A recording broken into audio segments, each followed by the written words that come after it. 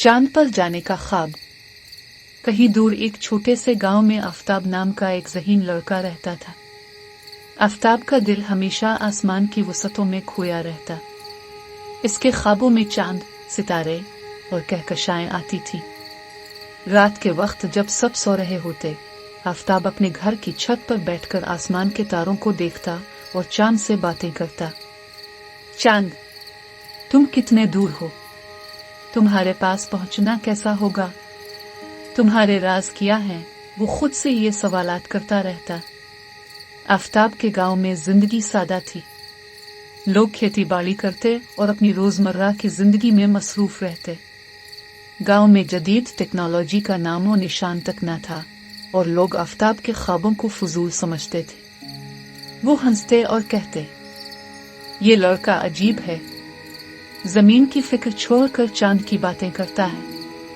लेकिन आफताब को उन बातों से कोई फर्क नहीं पड़ता था। वो जानता था कि एक दिन वो अपने ख्वाब को हकीकत में बदल देगा। चांद की कशिश। एक दिन आफताब ने अपने उस्ताद जुनैद साहब से बात की। जुनैद साहब गांव के स्कूल के वाहिद उस्ताद थे और उन्हें इल्म और किताबों से मोहब्बत थी। आफताब ने उनसे पूछा, जुनैद साहब, क्या इंसान चांद तक पहुंच सकता है? जुनैद साहब ने मुस्कुराकर कहा, आफताब, जो लोग ख्वाब देखते हैं और मेहनत करते हैं, वो सब कुछ हासिल कर सकते हैं। इंसान ने पहले भी चांद पर कदम रखा है, लेकिन इसके लिए बहुत मेहनत और इल्म की जरूरत होती है। ये सुनकर आफताब का हौसला बढ़ा। उसने फैसला किया कि वो भी एक दिन चांद पर पहुंचेगा, चाहे रास्ता कितना ही मुश्किल क्यों ना हो। किताब का राज। चंद दिन बाद आफताब गांव के कबाड़ खाने में गया। वो अक्सर वहां पुराने पुर्जे और किताबें ढूंढता रहता था। वहां उसकी नजर एक पुरानी किताब पर पड़ी जिसका उन्वान था चांद पर जाने का तरीका। ये किताब एक साइंसदान की लिखी हुई थी जिसमें रॉकेट बनाने की तफसीलात दर्ज थी। आफताब ने वो किताब फौरन खरीद ली। घर जाकर उसने किताब के हर सफ़े को गौर से पढ़ा।